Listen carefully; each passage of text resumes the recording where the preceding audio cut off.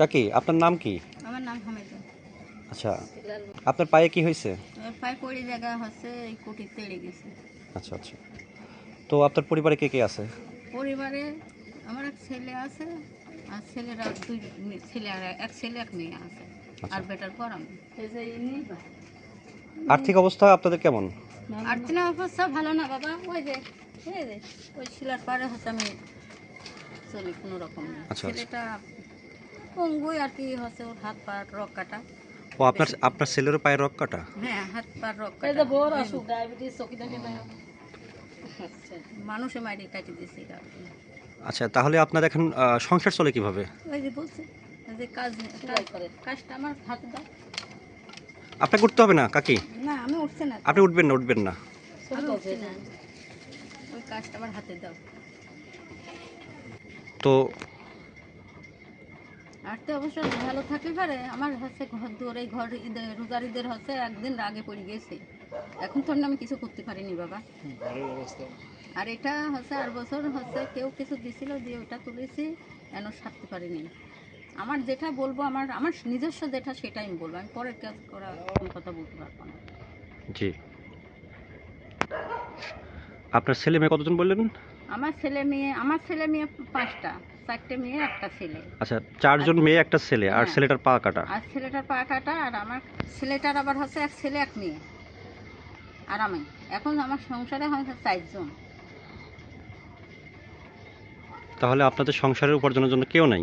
না, জমি আছে, জমির পর হাত, ওটা হচ্ছে আমার না, ওটা হচ্ছে বেনামি করে রাখি দিয়েছে। এখন আমরা ওটা নিয়ে কেস চালাচ্ছি, কেস চলছে। আচ্ছা, সেটা আমরা ওটা নিয়ে কথা বলবো না। হ্যাঁ, তাহলে আপনাদের এখন পরিবারটা চলে কিভাবে? এই যে সেলাই করে। আপনারও তো পায়ের সমস্যা মনে হয় না? হ্যাঁ, পায়ের সমস্যা। আচ্ছা, চোখ মানে ভালো এই আছে। আপনি যে এই যে সেলাই করেন, এই সেলাইয়ের মাধ্যমে যে আয়টা হয়, এর মাধ্যমে সংসার চলে? এটাই কোনো রকম চলাই। তাতে এই কি? যে একটা হচ্ছে 500 টাকা, 500 আচ্ছা, তাতে কি আপনার দিনটা ভালোভাবে যায়? সময়তে যায় না। সব মাসে তো একরকম কাজ হয় না। আচ্ছা, তো দর্শক আসসালামু আলাইকুম। আমরা আসছি জগতে একটা গ্রামে, চিচুয়া। চেচুয়া গ্রামে। আপনারা শুনলেন আমাদের এই কাকির মুখ থেকে তার সাংসারিক অবস্থার করুণ অবস্থা। তিনি খুব অসহায়ভাবে দিন পার করছে।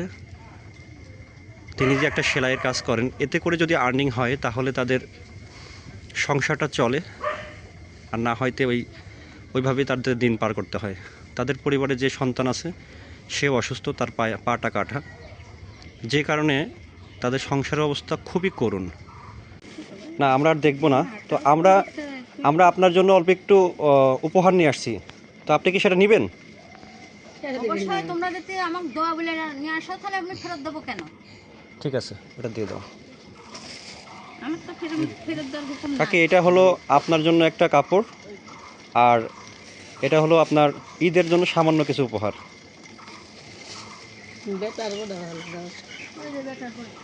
আচ্ছা, এটা হলো আমাদের প্রবাসী শাহ আলম ভাই পাঠিয়েছেন, সহযোগিতার হাতটা বাড়িয়ে দিয়েছেন। তো আমরা চেষ্টা করে যাব যতটুকু সম্ভব মানুষের পাশে থাকার জন্য। আর একটু যাতে একটু ভিডিও এই যে আচ্ছা, মানে আপনার বাড়িটাও একটু ভিডিও করার কথা বলছেন না? তো দর্শক দেখেন ওনার বাড়ির অবস্থাটা, উনি একটু আমাকে রিকোয়েস্ট করলো যে এদিকে একটা ভাঙা ঘর, যেটা এখনও বেড়াটাও দেওয়া হয়নি। এই পাশে একটা ঘর কোনো মতো আছে, পাশে এদিকেও দেখেন চালের অবস্থাটা খুবই করুণ। বিষয়টা দেখে আমার খুব খারাপ লাগছে। তো আমরা চেষ্টা করব আমাদের পক্ষ থেকে যতটুকু সহযোগিতা তার কাছে পৌঁছায় দেওয়ার।